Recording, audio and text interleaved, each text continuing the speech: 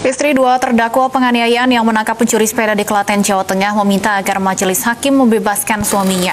Dan saat ini kita sudah terhubung dengan salah satu istri terdakwa Sabto Susi Handayani serta pakar hukum pidana Suparji Ahmad. Selamat sore Ibu Susi dan Pak Suparji. Selamat sore, selamat sore. Baik, saya ke Bu Susi terlebih dahulu. Bu Susi, apa yang bisa Anda sampaikan untuk meyakinkan bahwa suami Anda tidak melanggar hukum? Karena niat suami saya baik ya Mbak. Dia menyelamatkan harta benda orang lain.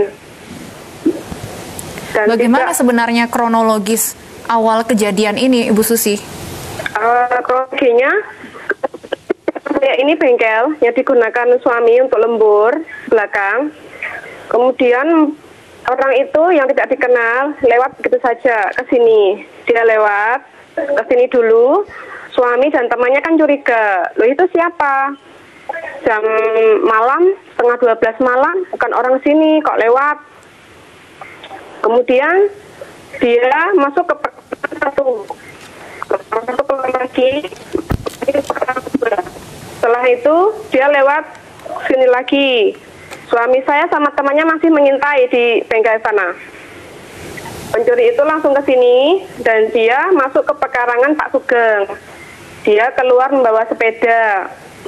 Nah, suami saya sontak teriak, Mas, dia memanggil, tapi yang membawa sepeda itu tidak mengindahkan suami saya, pergi begitu saja mengayuh sepeda. Kemudian suami dan teman itu membangunkan Pak Sugeng. Pak, tadi sepedanya dibawa siapa? Saudaranya apa bukan?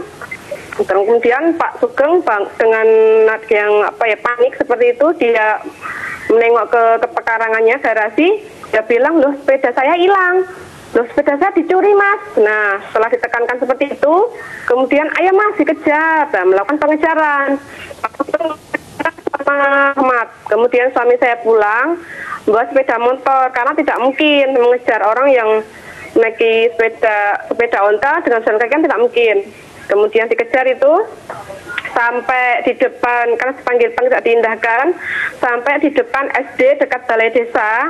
Itu karena si pencuri itu dipanggil-panggil tidak juga berhenti, karena tidak berhenti juga. Si Mas Rahmat ini kan di belakang suami saya yang menyetir. Baik. Mas Rahmat ini dengan terpaksa mendorong roda bagian belakang sepeda, kemudian roboh sepeda itu, jatuh pencurinya, dan suami saya turun, Rahmat turun, tapi pencurinya itu begitu jatuh, dia langsung bangun dan lari lagi Mbak. Okay. Nah di situ jadi ada upaya untuk menangkap pelaku, terduga pelaku dalam hal ini, dan kemudian betul ada penganiayaan di sana, ada pemukulan terhadap terduga pelaku ini Bu? Ada, tapi orang lain setelah yang pencuri itu bangun, dia pergi, ada 2 orang remaja naik motor. Situ kan suami sama temannya masih di lokasi ya.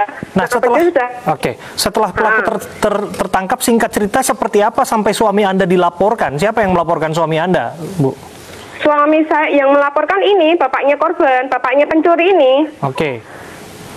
Bapak terduga pelaku ini bapak pencurinya yang melaporkan suami Anda.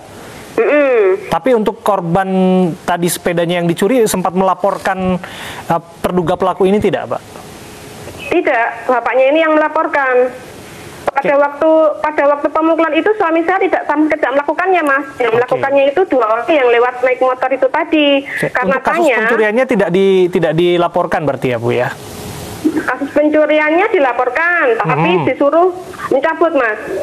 Begini, Mas, untuk sebenarnya untuk kejadian yang pemukulan yang dulu remaja memukul ini itu dilihat saksi, itu melihat saksi itu dengan melihat itu 2 orang yang naik motor hitam dan pergi begitu saja. Itu saksi ada yang melihat.